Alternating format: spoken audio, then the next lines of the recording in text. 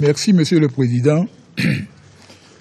Monsieur le Président, la délégation ivoirienne remercie Monsieur le Secrétaire général pour sa présence et pour son exposé sur les derniers développements de la situation en Syrie suite aux frappes aériennes menées par certains membres du Conseil de sécurité dans la nuit du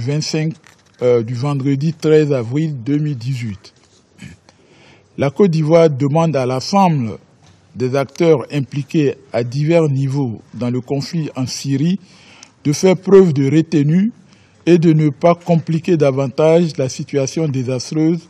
dans laquelle se trouve le peuple syrien. Les armes et les bombes ont trop frappé la Syrie, au mépris des fondements de notre action collective en faveur de la paix. Monsieur le Président, est-il besoin de rappeler que, en signant la Charte des Nations Unies en 1945, les membres fondateurs de l'ONU avaient à cœur de parvenir à instaurer un nouvel ordre mondial fondé sur le multilatéralisme et sa volonté de faire de la paix un bien commun universel dont la préservation a été confiée aux Nations Unies et au Conseil de sécurité dans le cadre de ses responsabilités fondamentales. Le secrétaire général vient de nous le rappeler. Dans toutes les circonstances où elle a guidé l'action de la communauté internationale, le respect des principes de la Charte des Nations Unies nous a toujours permis de surmonter les difficultés les plus inextricables, évitant ainsi bien des désastres à l'humanité. C'est donc fort de sa conviction profonde dans les vertus du multilatéralisme que mon pays estime que le recours à la force dans le but de préserver la paix et la sécurité internationale doit être autorisé par le Conseil de sécurité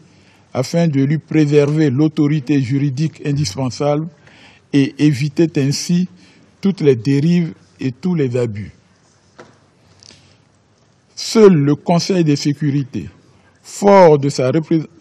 forte et représentative de notre temps, saura mobiliser les Nations Unies et pourra mobiliser tous les membres des Nations Unies autour de sa responsabilité première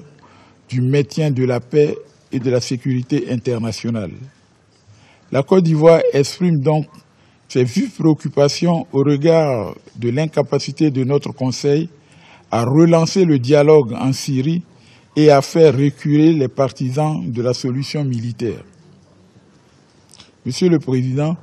la Côte d'Ivoire saisit l'opportunité de la présente séance pour réitérer sa condamnation sans réserve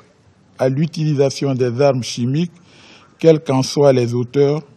et appelle à la mise en place d'un mécanisme multilatéral d'établissement des responsabilités et à traduire les auteurs d'utilisation d'armes chimiques devant les juridictions internationales compétentes. Dans ce contexte, elle réitère son soutien à l'enquête qui sera menée par la mission d'établissement des faits de l'Organisation pour l'interdiction des armes chimiques en vue de faire la lumière sur les allégations d'utilisation d'armes chimiques à Douma dans le Ghouta oriental. La Côte d'Ivoire exhorte à nouveau les membres du Conseil de sécurité à une unité d'action afin de mettre un terme à leurs divergences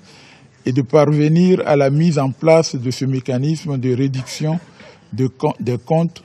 que tous les membres du Conseil appellent de leur vœu. Monsieur le Président, la Côte d'Ivoire réaffirme sa conviction et sa position de principe selon laquelle la réponse à la crise en Syrie ne saurait être militaire. Au contraire, elle doit plutôt être recherchée dans le cadre d'un dialogue et d'un processus politique inclusif,